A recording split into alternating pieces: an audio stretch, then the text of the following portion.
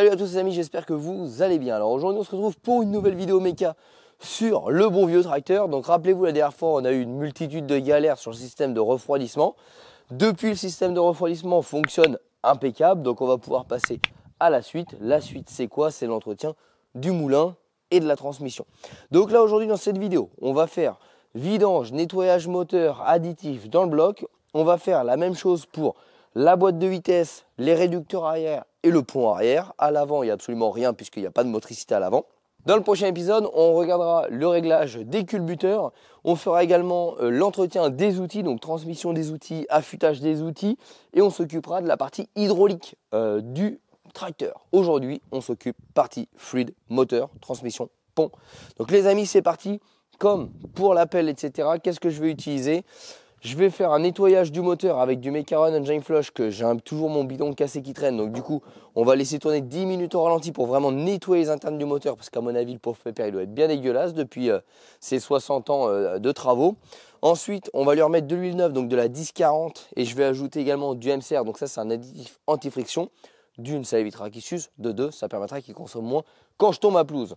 Ensuite, on traitera toute la partie carburant, donc avec un nettoyant, injection, circuit de carburant et un additif pour améliorer la combustion. On remplacera bien évidemment le filtre à gasoil à ce moment-là.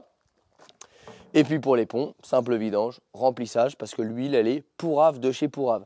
Alors depuis, j'ai remis le tracteur en route, j'ai pu essayer, voir si ça chauffait, etc. Si ça fuyait pas, notre fameuse soudure, ça ne fuit pas, donc je vous tiendrai informé dans le temps si ça fonctionne. Mais en tout cas, on a pu s'apercevoir que la fuite au niveau du pont s'est vraiment amplifiée. Donc vous voyez, je l'ai déplacé et au bout de 3 jours, on avait de nouveau la fuite ici.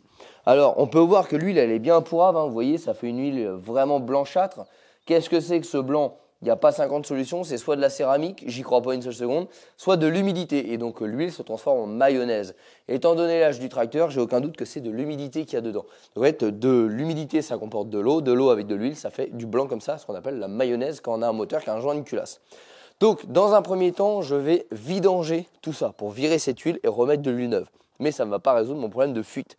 Alors je pourrais utiliser des super anti-fuite qui résoudraient certainement 70% de mon problème, mais vous commencez à me connaître, ce n'est pas ma façon de travailler. Donc pour cet été, il va continuer à travailler comme ça. Je vais tout simplement faire des niveaux régulièrement. Et dès que la saison sera passée, je le mettrai en maintenance. Donc j'ai un gros portique ici en métal où on désaccouplera le tracteur et on réparera ces joints spi qui viennent fuir en fait. Et j'ai un petit peu compris finalement de avoir des joints spi dedans. Il faut que je trouve les éclater. Mais ça doit fuir sur les freins, d'où le fait qu'il n'y a pas de frein.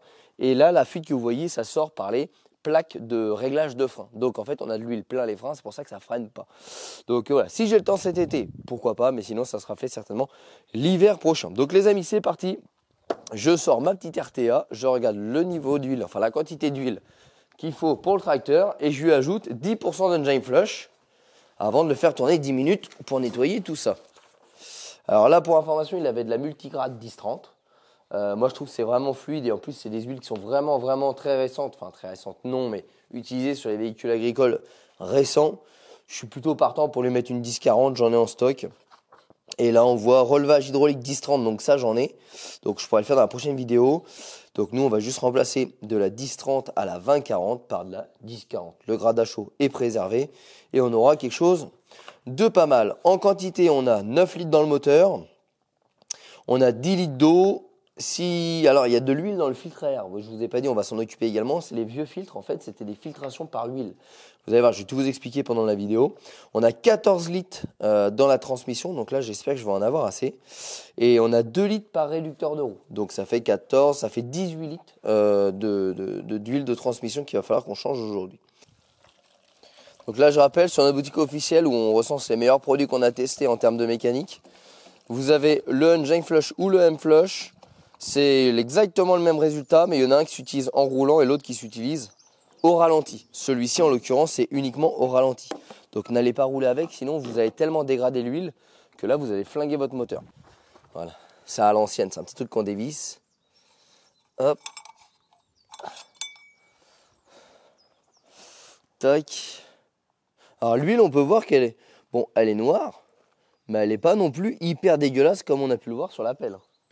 Donc ça va être intéressant de voir, après le nettoyage, comment va ressortir l'huile. Et maintenant, on redémarre le tracteur et on laisse 10 minutes au ralenti.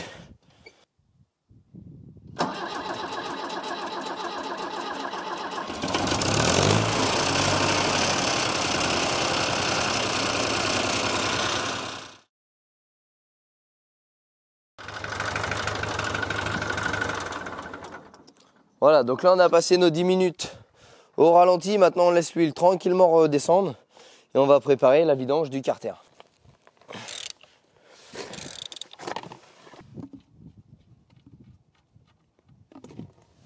C'est bien noir là maintenant. Voilà, donc là on va laisser bien s'égoutter tout ça. En attendant, on va aller s'occuper de la partie filtre à huile. Alors, je regarde le bouchon parce que comme à chaque vidange, le bouchon est un très bon indicateur et dans les bouchons il y a des aimants. Donc ça permet de voir un petit peu s'il y a des copeaux ou pas. Là en l'occurrence il n'y a rien. Je pense que ça lui fait un peu du bien de l'avoir bien nettoyé parce que l'huile est bien plus noire là qu'elle l'était quand on a tiré la jauge tout à l'heure. Alors là ma hantise c'est un peu de ne pas avoir les bonnes pièces. Avec ce tracteur là, chaque fois qu'on démarre un truc, c'est jamais la bonne pièce. Le filtre à huile doit être dedans sous forme de cartouche je pense.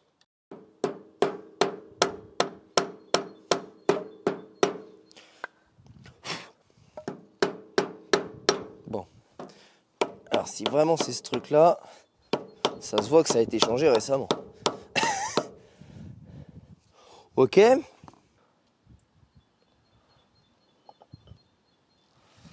Waouh. C'est bien dégueu. Il ressemble fortement. Il a la même référence accessoirement. Par contre le joint ici on voit que ça a été remonté à la pâte à joint alors que moi j'ai un joint tout neuf fourni avec. Je pense que c'est pour ça que j'ai galéré à le retirer parce que ça devait être collé. Moi j'ai un joint. Et là il y avait de la pâte à joint. Oh la merde. Vous voyez, je pense que là, il va se sentir revivre ce tracteur. Regardez la merde qu'il y a dedans.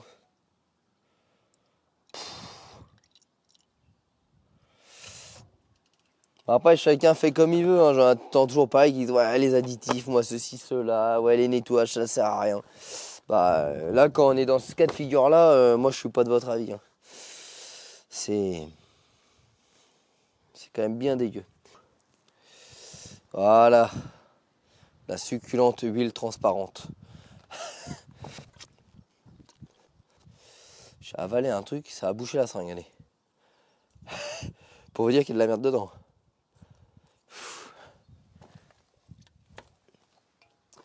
Donc là, je ferai une vidange tous les ans, donc de toute façon, il fera pas son nombre d'heures. Mais sur une voiture, je m'y serais pas risqué. Bon, après avoir bien pris le temps de racler tout le fond et retirer toute la merde, je remets le petit pépère tout neuf. C'était quand même bien, mais alors bien dégueu. Donc j'ai pris la sage décision de le laisser tourner quelques heures et de refaire une vidange, je pense d'ici 2-3 tontes. Donc en gros d'ici une dizaine d'heures de fonctionnement, refaire une vidange. Parce que là, quand je vois la merde que j'ai retirée au fond du truc à filtre, franchement, c'est pas rassurant de le laisser tourner comme ça. C'est comme les caleçons. Un chiffon qui a encore des trous blancs, c'est un chiffon qui n'est pas assez usé. Un caleçon qui a qu'un seul trou, il n'est pas encore assez usé. On met le petit joint qui va bien. Ok, petit joint qui est trop petit. Je comprends peut-être pourquoi ils ont mis de la pâte à joint du coup. Donc à mon avis, t'as pas le choix que de remonter à la pâte à joint. Il y a un léger problème de diamètre. Du coup, ça va. Il va rentrer dedans le truc. Bon. Voilà, faut bien dégraisser les surfaces. La petite pâte à joint, si vous voulez la retrouver, elle est disponible sur notre boutique officielle également. mylittlegarage.fr, je vous mettrai tous les liens en description de la vidéo. Alors l'avantage, vous voyez, celle-là, ça va faire 2 ans que je l'ai. Et elle se bouge pas. Vous retirez le petit téton qui sèche au milieu, dans le bec, et c'est fini. Parce qu'en fait, elle se verrouille. Tac. Donc forcément, ça sèche au petit bout. Donc avec un tournevis, vous retirez. Et après, hop, elle remarche. Donc là, elle va avoir 2 ans, elle fonctionne toujours.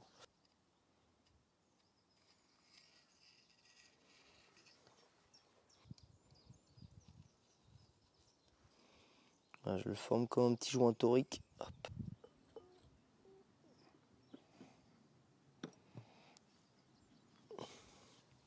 On va bien voir quand on va remettre le moteur en route. De toute façon, s'il y a fuite, ça va immédiatement gicler.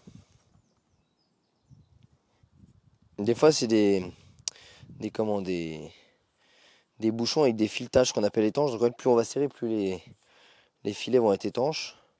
Et là, vu que je sais pas, je préfère mettre du téflon. Au moins, ça ne bouge pas.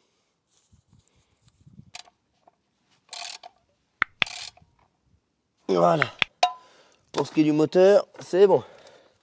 Alors, j'avais pris mes repères au niveau de la pression d'huile à froid et à chaud. Donc, normalement, vu que l'huile, elle est censée être plus visqueuse qu'on est sur une 40 W40 et pas une W30 comme il y avait avant, techniquement, on devrait avoir une meilleure pression d'huile et une meilleure tenue à chaud. Donc ça, on devrait pouvoir le vérifier, je pense, sur le manomètre. Il y a peut-être moyen que ça se voit. Un bidon de 5 litres.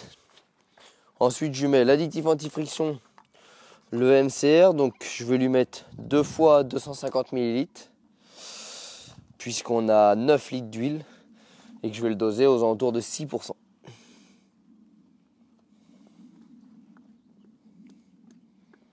Donc maintenant que j'ai mis mes 5 premiers litres, hop, je mets mon premier flacon de MCR. Donc là, je rappelle, c'est un additif anti-friction qui va limiter la consommation, limiter l'usure, améliorer le rendement du moteur. On l'a testé, validé. Pour ceux qui souhaitent, sur ma chaîne YouTube, il y a toutes les vidéos de test de ce produit. Donc là, ça se dose entre 4 à 6%. Donc moi, je vais faire un dosage proche des 6%. Donc je vais tout simplement rajouter 200 ml. Donc pourquoi je prends le petit flacon? Parce que le petit flacon fait 250, donc c'est plus facile de le doser. Voilà. Et là, je pense que le pauvre Someka, il va se voir revivre. Et maintenant, je viens tout simplement faire mon complément avec mon restant d'huile. Hop, on ne devrait pas être trop mal. Nickel, donc là je suis au max. Après, de toute façon, quand il va démarrer, il va perdre un petit peu d'huile puisque ça va alimenter le filtre. Donc on fera un petit niveau d'huile à la fin. Mais pour l'instant, la partie moteur, c'est OK. Donc là maintenant, on va s'occuper de la partie filtre à air. Donc le filtre à air, il doit y avoir un manchon dessous avec de l'huile. En fait, c'est une filtration par huile. Alors, il faut juste que je comprenne par où que ça se dévisse. Vous voyez, croyez-moi que c'est bien dégueulasse. Allez, ce que je retire juste avec le doigt. Donc là, je ne vais même pas me prendre la tête. Je démonte tout, je nettoie tout.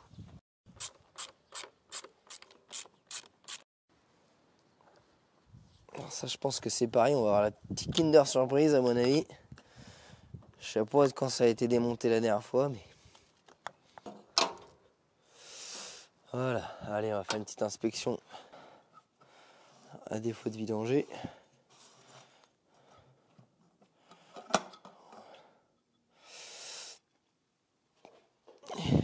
La merde.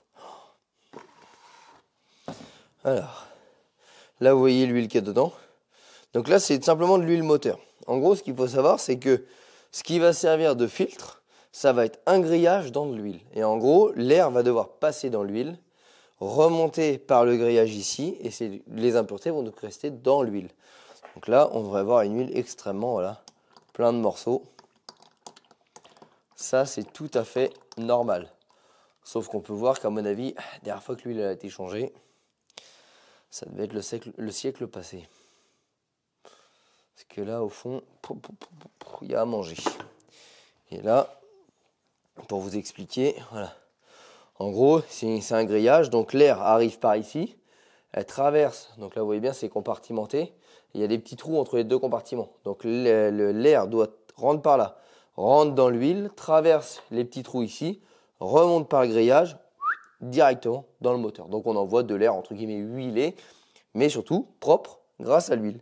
C'est un procédé de filtration qui est comme ça. Donc là, il va falloir que je nettoie tout ce tamis, parce que je ne sais pas si vous vous rendez compte un peu ici, mais c'est dans un état pourrave de chez pourrave. Là, vous voyez, dedans, c'est une bonne purée, regardez. Voilà. Ça, c'est normal. En gros, l'air, elle arrive au centre ici, elle passe par les petits trous ici, elle traverse l'huile et elle remonte par le grillage. C'était des vieilles filtrations, mais ma foi, ça marchait. Et vous voyez, on ressort des morceaux comme ça. Donc ça se nettoie même régulièrement. Mais bon, là, ça va être oublié. Vous allez voir ce que je suis en train de gratter, ce que je vais sortir, vous allez comprendre.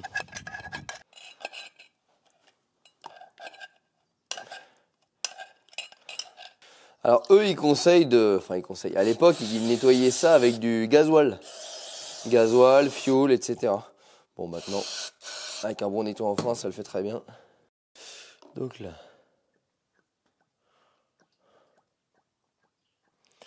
Hop. Nickel. Pouf. Et on repose ça sur le tracteur. Donc là, on est vraiment dans la base mécanique. Hein. Là, il n'y a rien de plus basique. Hein. C'est des vieux trucs. Il y a peut-être plein qui regardent cette vidéo-là qui ne connaissaient pas ces fameux filtres à graissage comme ça.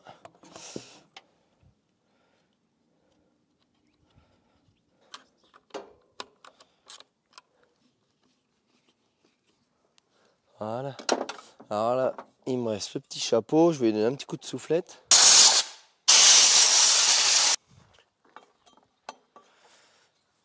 Et voilà. Alors là, il y aura un autre morceau qui va venir par-dessus la carrosserie. Mais pour l'instant, il n'y a pas de carrosserie. Alors, passons à la suite. Toujours côté moteur, ici. On a, des fois, sur les vieilles pompes comme ça à injection, il y avait un graissage qui se faisait avec de l'huile moteur. Ici. Voilà, vous voyez ça? C'est bien trop liquide pour être de l'huile moteur. Et ça, pour moi, c'est du gasoil. Sauf qu'il y a deux possibilités. Pour que le gasoil il arrive ici, c'est que soit ils ont mis du gasoil pour lubrifier la pompe, ce qui n'est pas du tout normal, soit la pompe fuit dans le compartiment d'huile et dilue l'huile au gasoil. Mais ça me paraît quand même vachement liquide pour avoir été dilué. Donc je vais faire un petit tour sur ma RTA et je vais vérifier ce petit truc. Alors, après avoir trouvé sur la RTA, pompe à injection, s'assurer que l'huile arrive au repère frappé sur la jauge. Le cas échéant, rajouté par l'orifice. Et un petit peu plus loin, c'est marqué qu'il faut utiliser la même huile que le moteur. Donc là, effectivement, il y a bien, à mon sens, un sous-sail. Parce que ça, vous voyez, déjà, c'est bien noir. Mais regardez la fluidité du truc. Ça, même à l'odeur, pour moi, c'est du gasoil, vous voyez. Donc, on va essayer de siphonner ce qu'on peut. Alors, par curiosité, je vais prendre mon verre doseur et je vais regarder du coup combien j'arrive à siphonner. En tout cas, il y en a quand même un peu. Voilà, là, on voit bien que c'est du gasoil, regardez.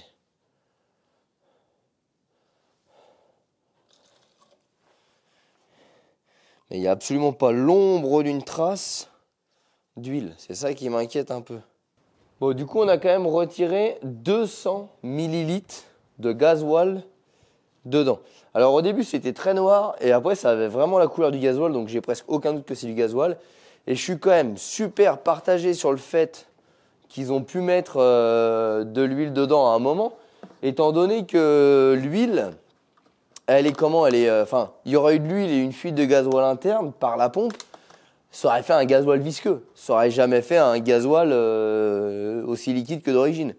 Donc là, moi, je vais suivre l'RTA. Je vais remettre de l'huile moteur dedans. Voilà. Donc là, je remets dans mon MCR. Rien à voir. C'est juste que j'ai rien pour transvaser de manière précise. Donc je vais prendre ma seringue et je vais refaire exactement la même chose.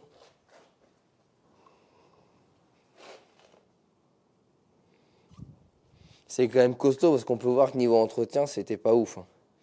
Il a eu un entretien un jour, mais bon. Quand c'est du gasoil à la place de l'huile.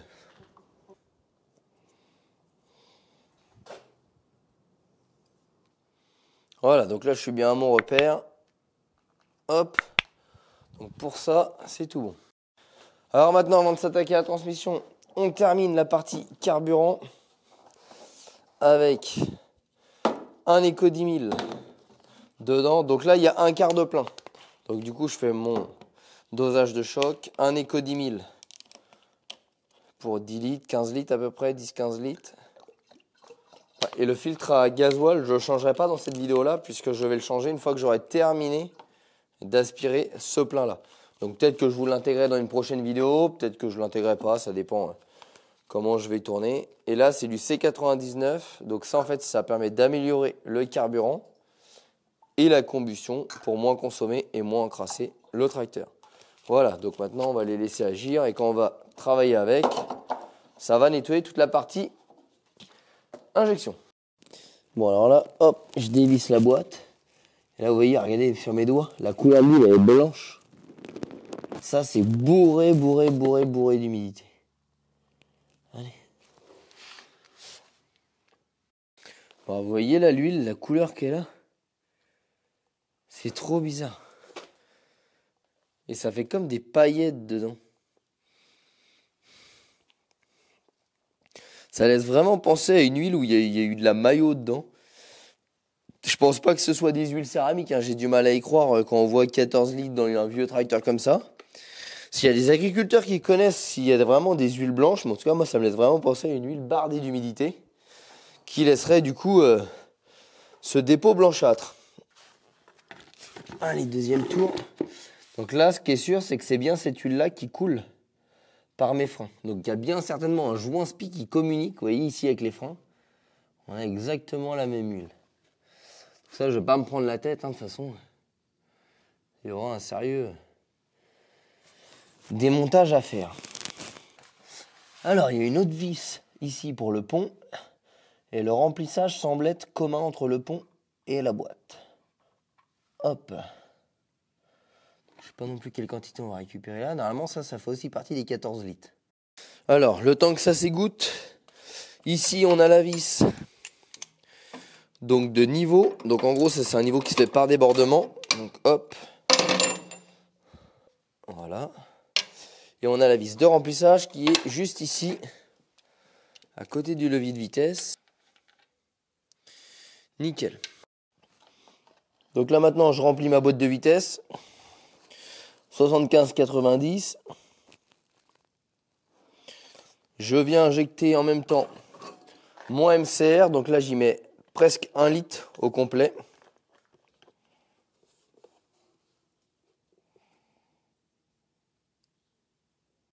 Et je viens terminer le complément d'huile jusqu'à débordement. Donc ma vis de débordement qui est de mon côté.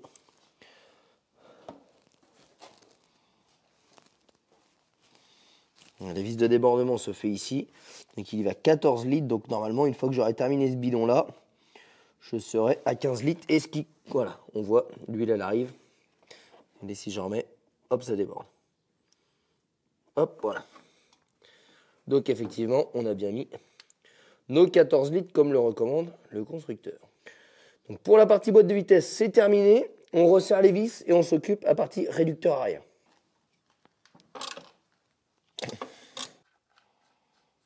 Bon alors pour les réducteurs, j'ai commencé à dévisser mes vis. Ici c'est mon niveau, dessous c'est ma vidange. J'ai accroché mon seau. Waouh. Et là on voit ce qui coule, c'est de la liqueur. C'est censé être l'huile de boîte de vitesse dedans. Déjà on peut voir qu'elle est noire. Et en plus d'être noire, elle est d'une épaisseur incroyable. Voilà, donc là vous pouvez voir dans le seau ce qui coule, c'est de la liqueur. Ça à mon avis, ça va pas loin de l'âge du tracteur. Oh, incroyable, regardez ça. Et la viscosité du truc. C'est censé être de la 75-140. Donc un tout petit peu plus épaisse que de la 75-90, donc ce qu'on vient de mettre dans la boîte. Sauf que là, c'est pas un petit peu plus épaisse, là, c'est incroyable, quoi. Alors, quelle mixture va couler de celui-ci? Allez-moi la purée qui en sort. Avant de remettre de l'huile neuve, on va regarder un petit peu. Oh, regardez la gueule. La gueule de l'huile, regardez l'épaisseur. On a l'impression du truc, il est épais comme il n'y a pas, quoi. Bon, donc là, on s'attaque au remplissage. Comme dans tout le tracteur, je mets toujours le MCR qui est l'hyperlubrifiant. Je vais ajouter 5%, c'est 4 à 6%. 5%, c'est facile, il y a 2 litres, 10%. Ça me fait 200 ml. Je divise par 2 pour avoir 5%, autant pour moi. Ça fera tout simplement 100 ml par réducteur. Donc, je vais déjà insérer ça.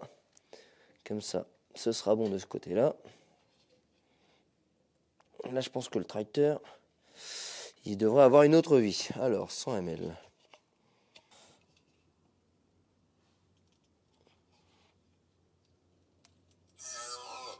Tac. Et maintenant, j'ai plus qu'à mettre 1,9 litre d'huile 140 dans les réducteurs. Et pour le tracteur, ça sera terminé. Donc là, la petite seringue, si vous la voulez, elle est disponible sur notre boutique officielle, mylittlegarage.fr. Je vous mettrai les liens en description de la vidéo.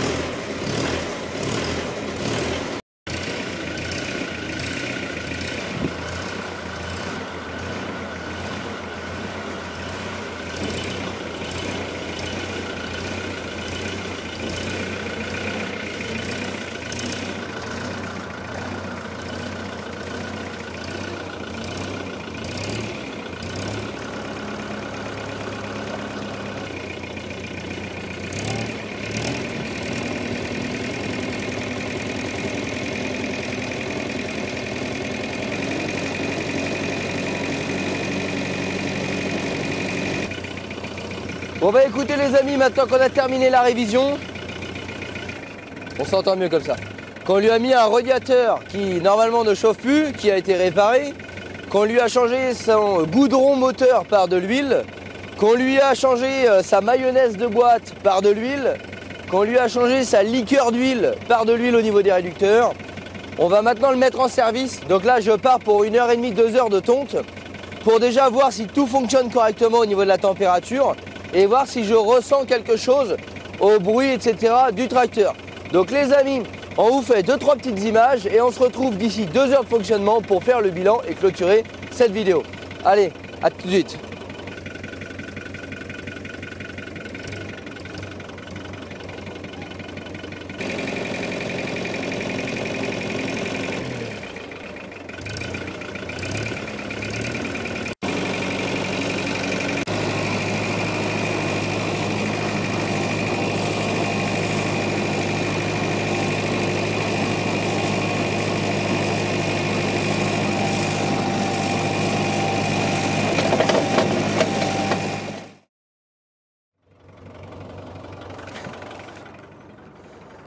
Quand je vous dis que le sort s'acharne sur moi, c'est pas une blague. Regardez, je répare le radiateur, c'est le tracteur qui est en panne. Je répare le tracteur, je veux tester, c'est le cardan qui pète. Franchement, je suis plein de bonne volonté. Mais regardez, c'est quand même pas de ma faute. Putain, je vous jure. Bon, quand je vous le dis que cette vidéo, elle veut jamais se finir. Tu veux pas faire un live sur Instagram? Non mais franchement. J'en ai marre. Alors, le verdict, c'est que c'est cassé. En plus, je me suis dit, oh nickel, j'ai réussi à engager la prise de force facilement, genre par rapport à la dernière fois. Effectivement, Yves, il avait raison, il y avait un cran. Ouais, bah ça, c'était pour la prise de force. Parce que pour le reste... Alors, je sais pas si ça s'est genre déboîté. Ça semble être genre juste déboîté. Mais comment c'est possible que ce soit genre déboîté? Ah putain, je vous jure. Mais franchement, je suis maudit. Hein. À la base, comme je disais, hein, je voulais juste tourner ma pelouse. Putain, comment c'est possible? On dirait que le truc genre est trop court maintenant. Bon, du coup, retour au garage, mais pas pour la même panne. Un jour, je l'aurai. Je l'aurai un jour, je l'aurai.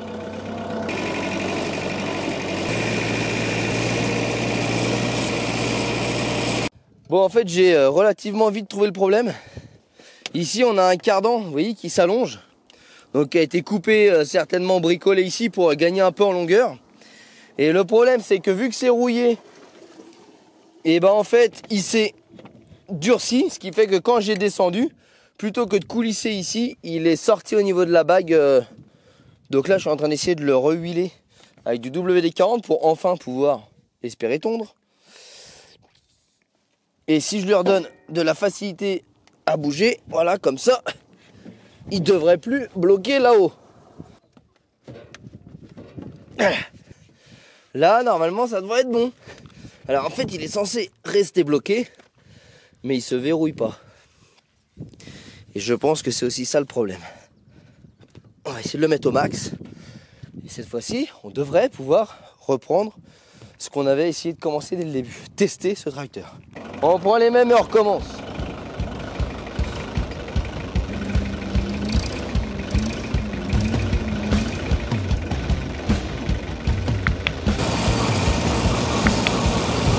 Allez, c'est parti, cette fois, ça doit le faire.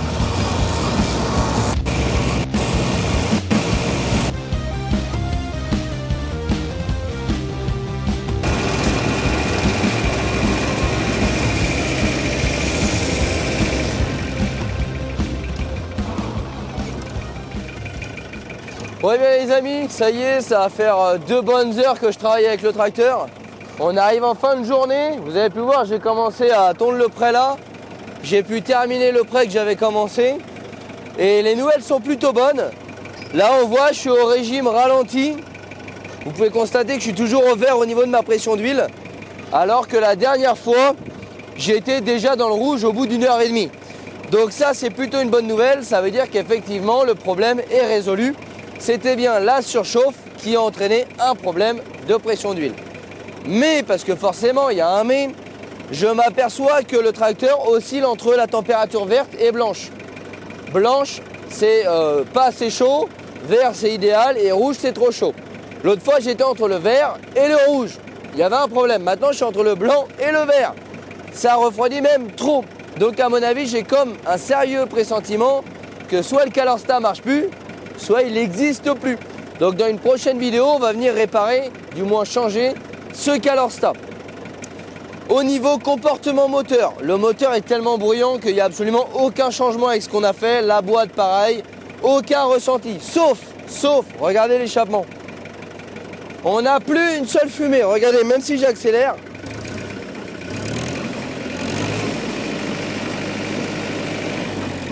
Alors qu'avant il fumait vraiment beaucoup. Donc ça c'est plutôt un bon point. Le nettoyant Eco 10 000 de chez Mecaron a vraiment bien nettoyé le système d'injection. Donc tous les produits que j'ai utilisés dans cette vidéo les amis, comme je vous l'ai dit, sont disponibles, testés, validés. Il y a plein de vidéos sur notre chaîne YouTube où on les a validés. Ils sont disponibles sur notre boutique officielle www.metalgarage.fr. Je vous mets tous les liens en description de la vidéo. Et les amis, souhaitez-moi bon courage. Je vais encore bosser une petite heure. Et on se retrouvera très prochainement pour continuer à remettre en bon état ce Someca. Les amis, n'hésitez pas à nous rejoindre sur les réseaux sociaux, Facebook, Instagram, tous les liens sont en description de la vidéo.